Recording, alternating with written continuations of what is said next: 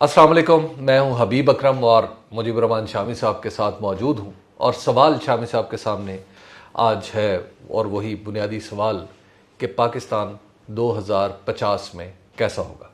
شامی صاحب کیسے دیکھتے ہیں آپ 2050 میں؟ دیکھیں، اب مستقبل کا جو قطعی علم ہے وہ تو اللہ کے پاس ہے۔ جی ہم جو اندازہ لگاتے ہیں وہ خواہش پر مبنی بھی ہوتا ہے، ٹھیک ہے۔ اور آپ اسے دعا بھی کہہ سکتے ہیں۔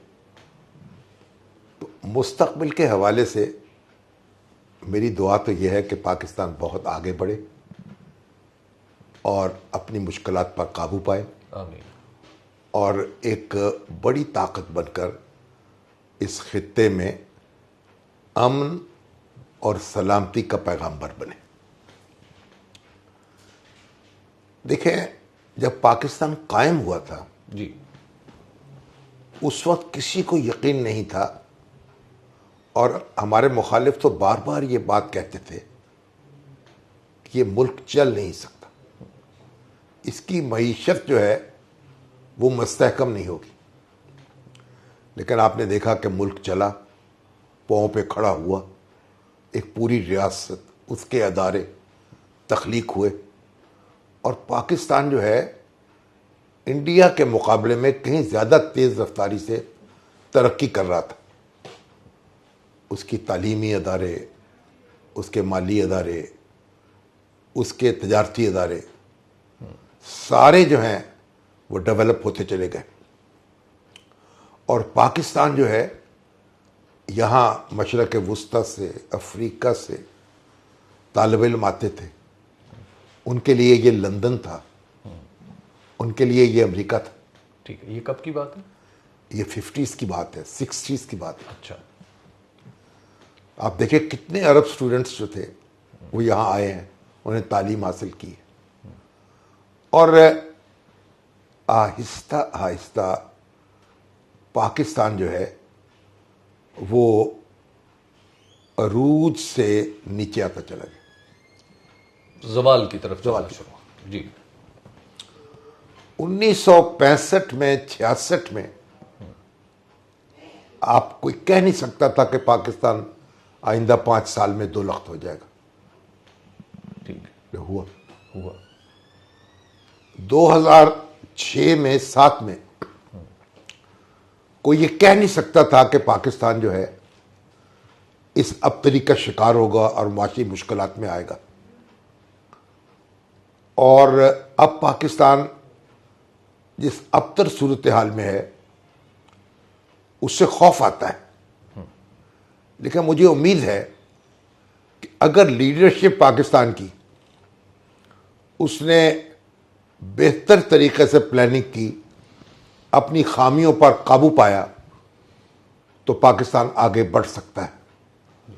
اور اگر ہماری لیڈرشپ جو ہے وہ ایک دوسرے سے الجھتی رہی اور قومی معاملات کی طرف اور مسائل کی طرف توجہ نہ دی، تو پھر ہمارے لیے کوئی اچھی خبر نہیں ہوگی مستقبل میں۔ شامی صاحب، آپ کو توقع نظر آتی ہے جس کا اظہار آپ نے کیا امید کا، کہ یہ سارے لوگ جو پولیٹیکل ہیں، ہماری جو لیڈرشپ ہے ہر لحاظ سے، یہ ایک دوسرے کے ساتھ چل کے مل کے آگے بڑھ سکے، کسی مشترکہ مقصد کے لیے جدوجہد کر سکے؟ امید تو ہے، اب بھی کچھ نہ کچھ باتیں چل رہی ہیں پس پردہ، اور یہ دعا بھی ہے۔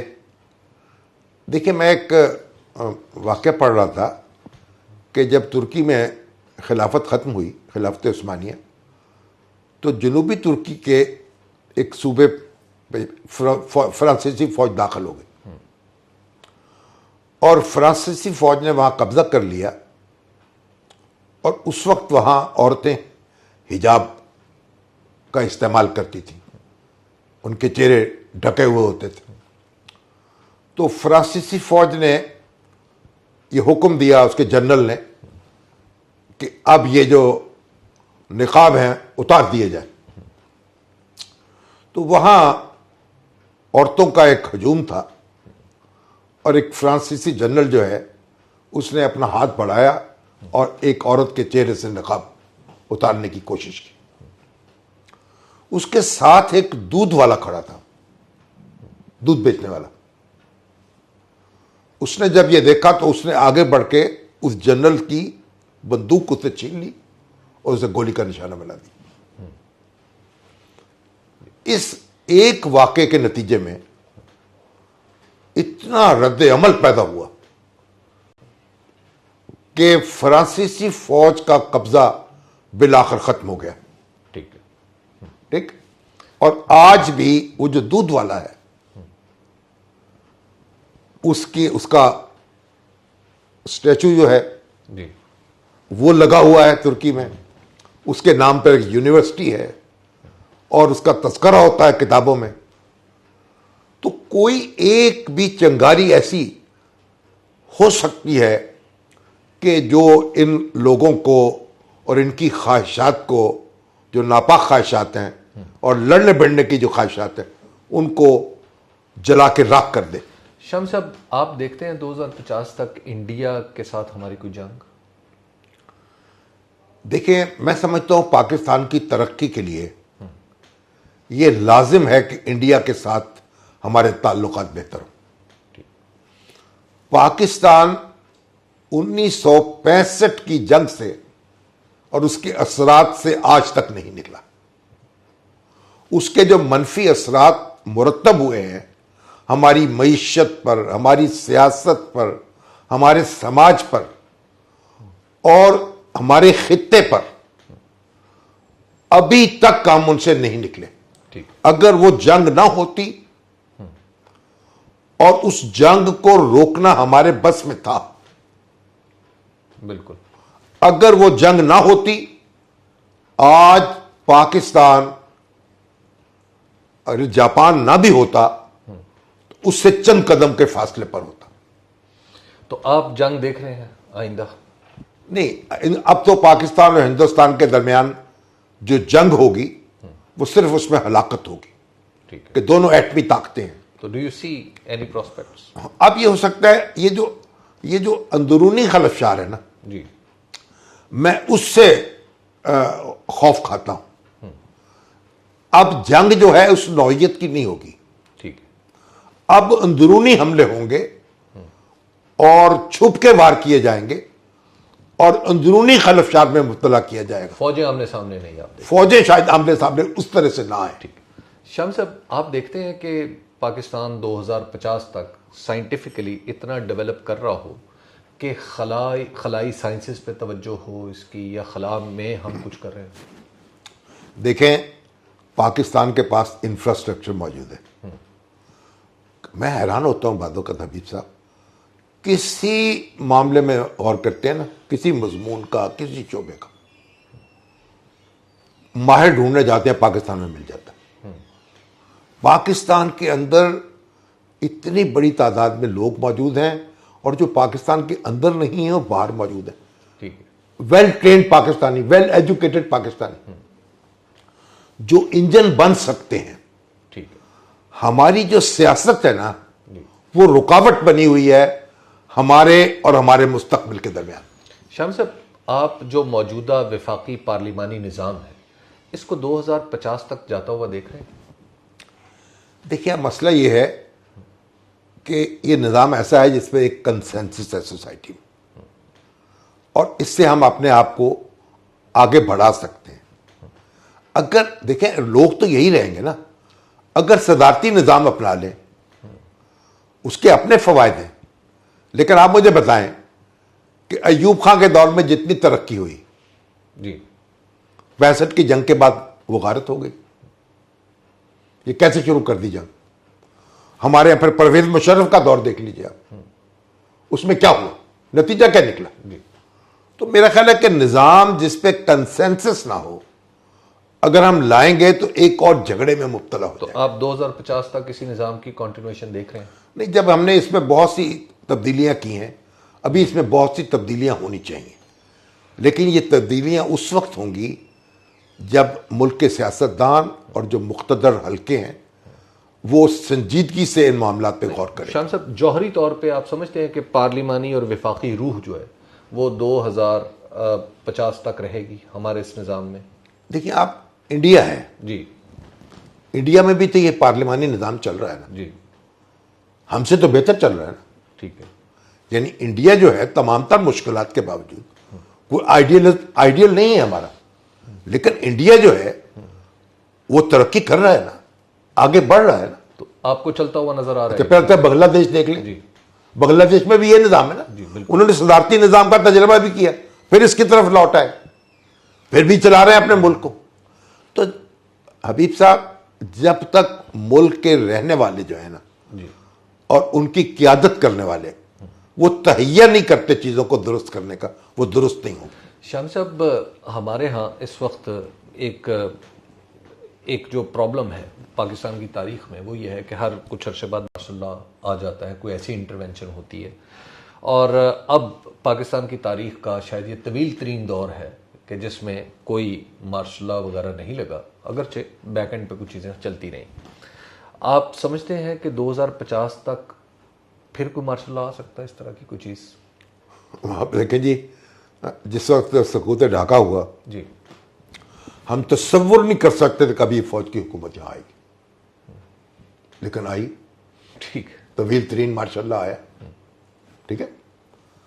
اور جو بھٹو صاحب کی اور پی این اے کی لڑائی تھی اس نے سپیس پیدا کی. اس کے بعد جب پرویز مشرف صاحب آئے تصور نہیں تھا کہ مارشل لا لگے گا, لیکن لگا اور سوسائٹی نے برداشت کیا. تو اب بھی مجھے خدشہ تو نہیں ہے, لیکن خدشہ ہے بھی. ٹھیک ہے. شامی صاحب, 2050 میں کیا پاکستان کا دوسری دنیا سے فرق اتنا ہی رہے گا جتنا آج ہے؟ یعنی ہم پیچھے ہیں اور دنیا کے سارے ممالک آگے بڑھتے چلے جا رہے ہیں, یا اس فرق کو ہم کچھ کم کر چکے ہوں گے؟ آپ امیدیں, خدشات, ساری چیزیں اپنی جگہ, آپ کی لینتھ آف ایکسپیرینس سے میں پوچھنا چاہ رہا ہوں کہ آپ کو دیکھیے, کیا لگتا ہے؟ آپ حبیب صاحب ایک بات دیکھیں, پاکستانی سوسائٹی جو ہے وہ ایک سٹرکچرڈ سوسائٹی ہے. ہمارا ریٹن کانسٹیٹیوشن ہے, ہماری بیوروکریسی ہے, ہماری عدلیہ ہے, ہمارے ایک ادارے ہیں, عدالتی ادارے ہیں, انتخابی ادارے ہیں, انتظامی ادارے ہیں. یہ آپ کو ترقی پذیر ملکوں میں اور عالم اسلام میں بہت کم اس طرح کے سٹرکچر نظر آئیں گے. تو پاکستانی سوسائٹی میں ڈیولپ ہونے کی صلاحیت تو ہے, لیکن جو اچھی قیادت ہے نا وہ بھی اللہ کا انعام ہوتی ہے. بے شک.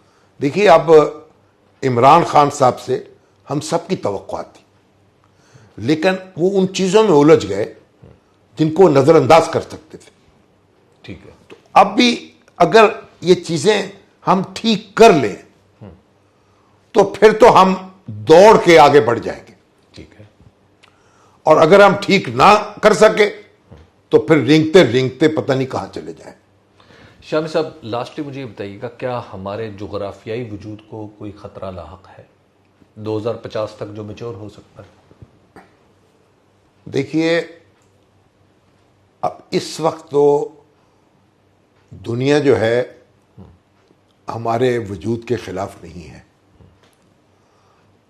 اگر ہم اپنے آپ کو منظم کر لیں, اپنے ہم بڑھتی ہوئی آبادی پر قابو پائیں, مسائل پہ قابو پائیں, امن جو ہے اس کی تلاش شروع کر دیں, اپنے ہمسایوں سے تعلقات بہتر کر لیں, اور میرا خیال ہے کہ تو پاکستان جو ہے اس کے لیے بہت اچھی صورتحال ہوگی. شاہ صاحب, لاسٹلی آپ کو لگتا ہے کہ آج جب ہم یہ گفتگو کر رہے ہیں تو آپ کو لگتا ہے کہ ایسی کوئی کمٹمنٹ سسٹم کے اندر آپ کو نظر آ رہی ہے کہ 2050 تو چلیے 28 سال کے فاصلے پہ ہم اس سے ہیں, کہ پاکستان کے لیے لانگ ٹرم سوچا جائے, اس کے بچوں کے بارے میں, آئندہ نسلوں کے بارے میں, جیسے آپ نے کہا آبادی کے بارے میں, آپ کو لگ رہا ہے ان مسائل پر توجہ آج کی جا رہی ہے؟ نہیں, میں نہیں سمجھتا کہ توجہ کی جا رہی. دیکھیے, ایک زمانے میں ہمارا پلاننگ کمیشن جو تھا وہ ایک ریڑھ کی ہڈی تھا ہماری معیشت کی.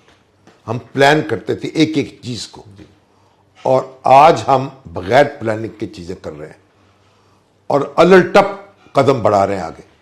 لیکن آپ دیکھیں, ابھی یہ توانائی کا بحران جو ہے میں اس سے بڑا پریشان تھا, لیکن یہ جو تھار کول ہے اس سے ایک امید پیدا ہوئی ہے جی, کہ تھار کول سے ہم اپنی انرجی کی ضروریات جو ہیں وہ پوری کر سکتے ہیں.